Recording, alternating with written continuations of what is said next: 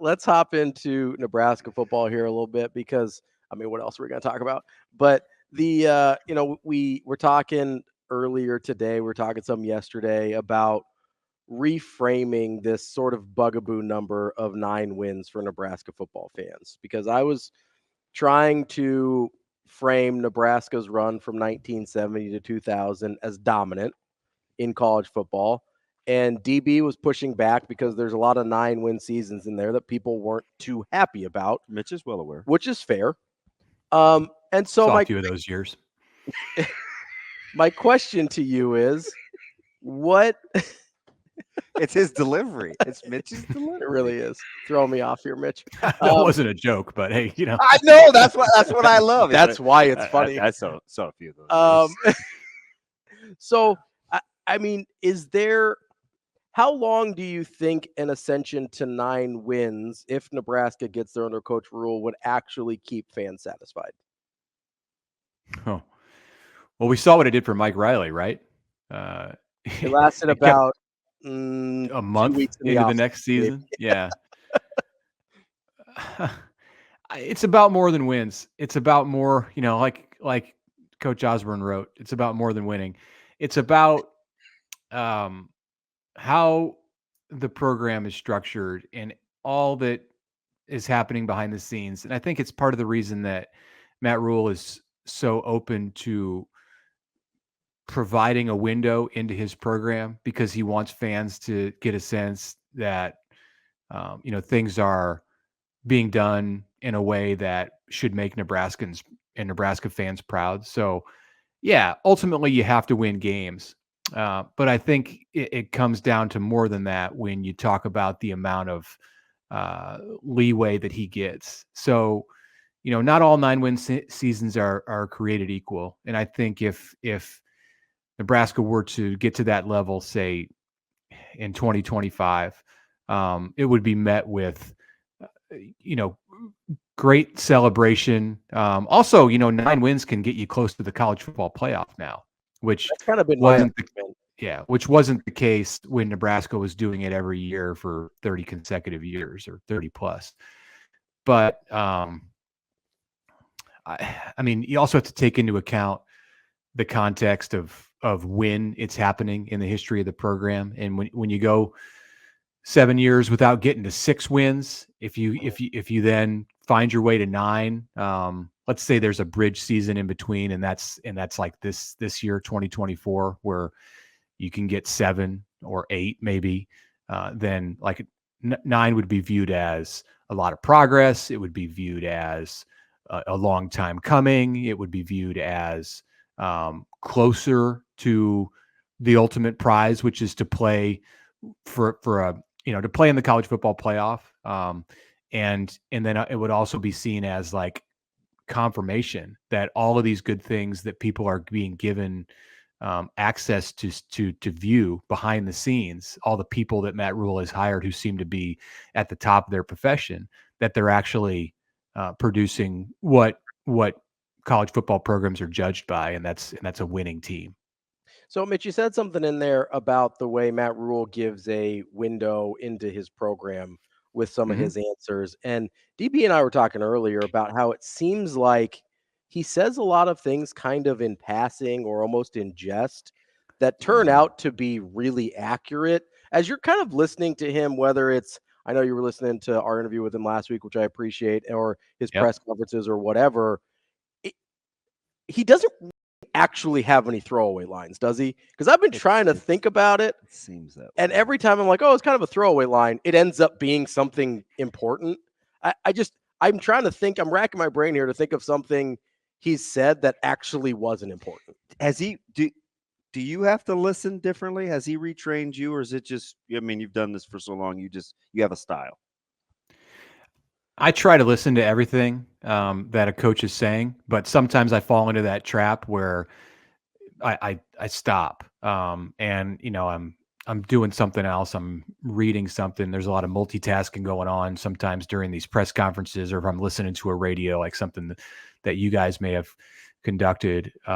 With Rhule, though, I think it's generally the case with the head coach. I do I do really try to pay attention because I think you're right. And I hadn't given that a lot of thought, Robbie, before you mentioned that there's meaning in everything that he says. I think that's kind of understood. And I think on some level, I recognize that and knew that. And I know that he speaks substantively, and there's not a lot of coach speak there. And he's very honest and open and like giving with his, he's transparent. He talks about everything really. He doesn't, you hear so much about Matt Rhule's family when you talk to him. And that's because his family is very important to him. Well, family's important to just about everybody. And yet you don't hear a lot of coaches bring that up in, every single interview because they they're guarded and there's just like a natural paranoia in the coaching business and, mostly just related to the football side of it, but it bleeds over into all of their answers. And with Rhule, you get very little of that. So I appreciate that. And I do listen to everything that he has to say pretty closely, and sometimes find myself going back and re-listening to his press conferences and his interview because there might be something that I missed. I want to make sure there's not something that I missed.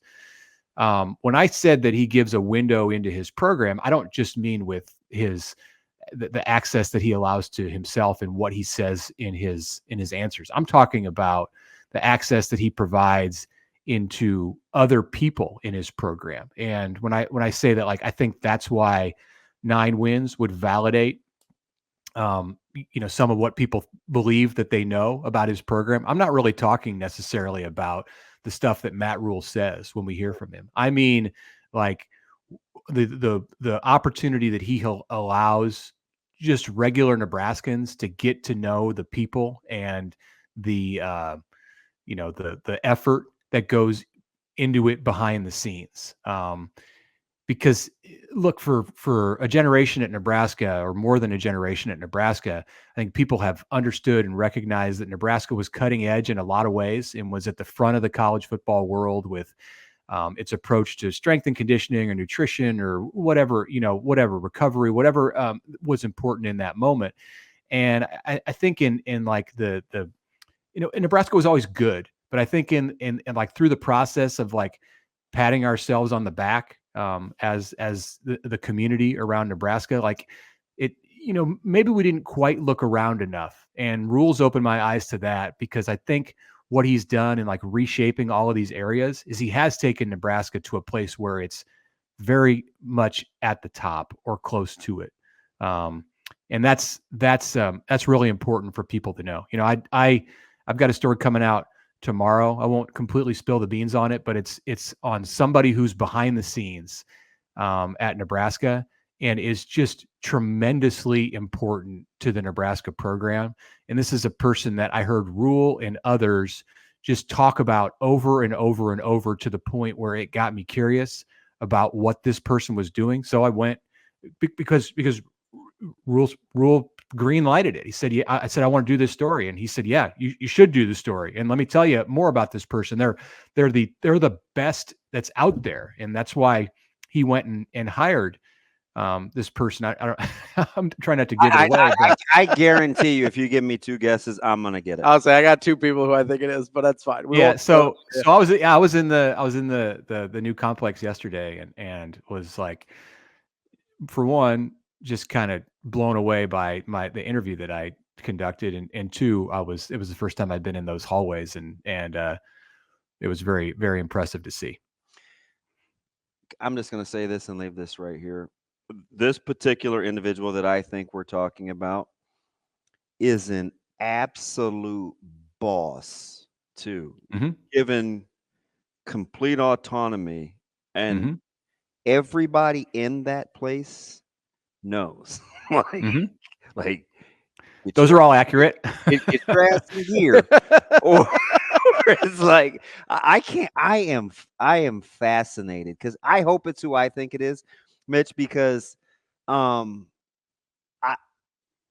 always want more every time I'm around this person. Always. Okay. Teach me this. How does that work?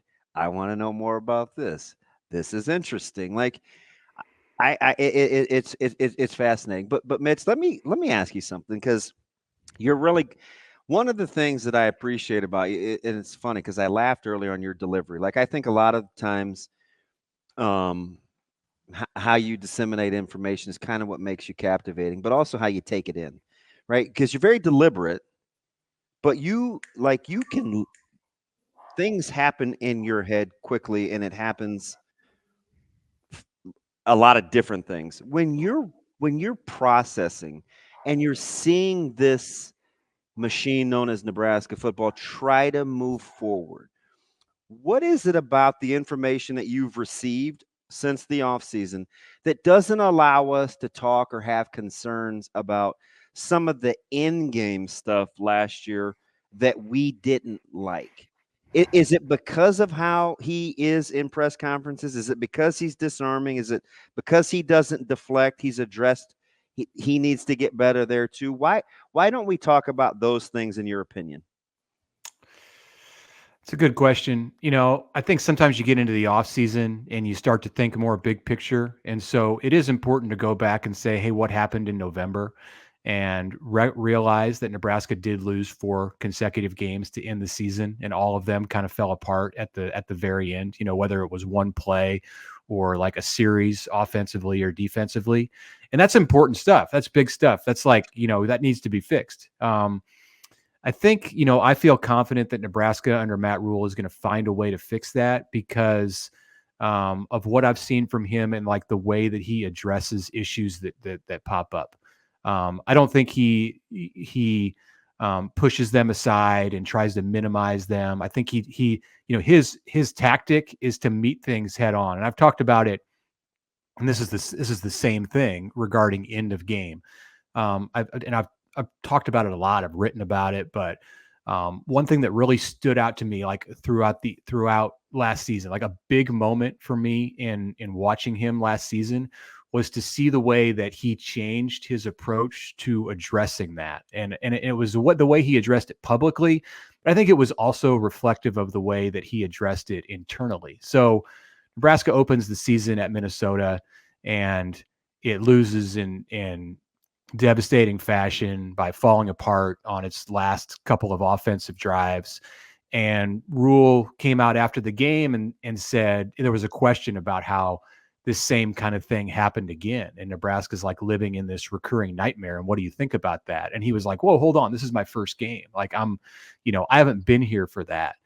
And pretty quickly after that, I think he really recognized, and I don't know if it's because he came to that on his own or somebody came and talked to him within his program, but he stopped saying that. He started saying, we're all living this. And just because I've only been here for a month as the coach during a season or 2 weeks or 6 weeks, like that doesn't matter. Like the players in that locker room, they've been through it. The fans, the people around the program, the people who support the program and are like longtime employees of Nebraska athletics, they've been living through this thing. And it's a mentality and it's something that you have to teach on a daily basis. So that's his approach. And I think that gives me confidence that whatever issues crop up, that he's going to find a way to address it head on. And you can't fix something without actually addressing it. We're talking with Mitch Sherman from The Athletic. Mitch, I'm curious. We've asked a couple people about this, and we've talked about this kind of at length a little bit. But I'm curious what your thoughts are about why Rhule's approach translates so well to the personality types in the state of Nebraska, because it seems like he is engaging in a way that, and maybe it's just his personality in general, but he's engaging in a way and kind of connects in a way to Nebraska fans that I don't know that any Nebraska coach ever has, even going back to T.O., because T.O. was super reserved. And I think Nebraska fans respected and admired him, but I don't know how much they connected with him. It seems like, I think even for as good as he was, they always felt like, I think we always felt like he wasn't giving and we didn't know him enough, right? Like it feels we didn't like really know him. Yeah. Like, why do you think that is with Coach Rhule? Well, I just think that's just who he is. I mean, look, he's born in New York, grew up in Philly, coached at Temple, coached in Texas. He went from coaching in Philadelphia to going to Texas overnight. And it's hard to find, other than the fact that both places are passionate about football, it's hard to find two places in this country that are a whole lot different as far as how you would connect with just a general fan base. And maybe Baylor is a little more similar to Temple than it would be if he had been the coach at Texas Tech or Texas. But I think he would have done just as well in those roles too, because the people that he really had to connect with when he got there were the Texas high school football coaches. And that's no different if you're the head coach at Baylor versus the head coach at Texas. And the similarity when you get to Nebraska, what binds all of those places, Pennsylvania, Texas, Nebraska, is that they just really care a lot about football. And that's what people see in him. Yeah, he absolutely cares about everyone around him, and he works, tirelessly to surround himself with the best people in coaching and out of coaching, and he's genuine, and people appreciate that. And he doesn't take days off, or he doesn't take hours off. It seems that he's always on. That stuff resonates with Nebraskans for sure. But I think what it really comes down to is the same thing that made him successful in building that kind of rapport with people in Pennsylvania and in Texas, is that he just cares about football a lot. And that's what people at the end of the day most want to see. Mitch, could it be as simple too? Because I like the versatility and being a good speaker and getting a feel for people. But how about just his work ethic? He comes across as a guy that works extremely hard. You think that's something we not me, because I'm relatively lazy, but that we gravitate towards is his work ethic? Yeah. And it's not just him. It's, the other guys on his staff. Tony White, I get that vibe from him every time I've talked to him. I sat down with him in late February or early March, I think. And my first question to him, kind of an icebreaker, on that day as we were walking into the defensive meeting room in the North Stadium, was something like, "So have you had a little bit of time here to kind of get a breath, to take a breath and relax?" Being that it was obvious that they were between the main period of recruiting and portal activity and then spring practice getting started. And it was like he took offense to the question. He's like, "Absolutely not. I'm not I don't relax. What are you talking about?" I was like, "Man, mental note, don't ever ask Tony White again if he's had a moment to relax." He didn't want to hear that. "I'm not relaxing." Jeez. But the rules like that, and those are the kind of people that he attracts to want to work for him. And yeah, that's definitely a part of why Nebraskans feel the way they do about him. I'm glad I subscribed to The Athletic, because I'm pumped. I'm pumped for this article. I just want to see if I'm right. Mitch Sherman, shoot me a text right before you drop it, so I'm ready. Mitch Sherman from The Athletic. Tomorrow morning. We appreciate it as always. Thanks, Mitch. Thanks.